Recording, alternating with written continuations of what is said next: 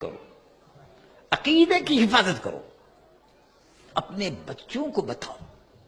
لوگ کہتے ہیں کہ اگر کوئی قادیانی ہمیں مل گیا اور ہم اس کے ساتھ بیٹھ گئے اور اس کے ساتھ ملاقات کر لی اور اس کے ساتھ میل جول کر لیا تو اس سے کیا ہوگا؟ اس بھائی سے ہم یہ پوچھتے ہیں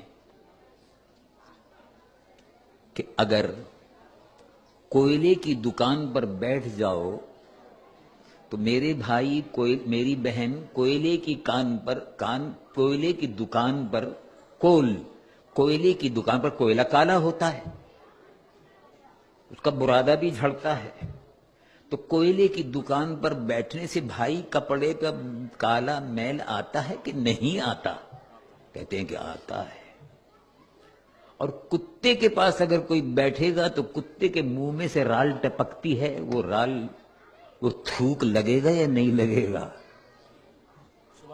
تو ایسی ہی دنیا کے ان کتوں کے پاس اگر بیٹھا جائے گا تو وہ جو رال ٹپکتی ہے اور جگہ جگہ وہ گندگی پھیلاتے ہیں تو گھر بھی گندا ہوگا۔ اگر وہ آئے گا، آپ اپنے گھر میں کتا کیوں نہیں رکھتے؟ ان کا گندا ہو جائے گا۔ برابر سے کیوں نہیں گزرتے؟ یوں کا گندا ہو جائے گا۔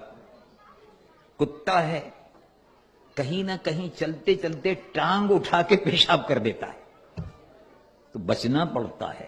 آپ نے دیکھا ہوگا نا، کتا چلتے چلتے کتا ٹانگ اٹھاتا ہے، ٹانگ اٹھا کے پیشاب کر دیتا ہے۔ تو اب آپ جب کتے کو دیکھیں گے تو آپ بچیں گے۔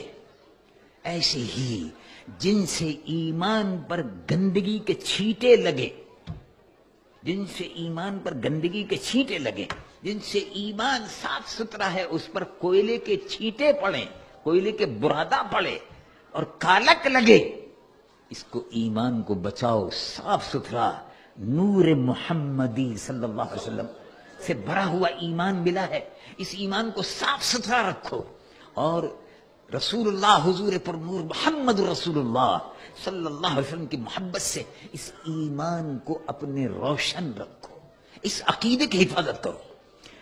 اور اگر صحبت برے لوگوں کی، اسلام کے دشمنوں کی صحبت میں، اور خاص طور سے مرزائی قادیانی رسول اللہ کی نبوت کے دشمن ہیں، دشمنان ختم نبوت سے میل جول سے، ملنے جلنے سے ایمان پر جو دھبے لگ جائیں گے ان سے ایمان کو بچاؤ۔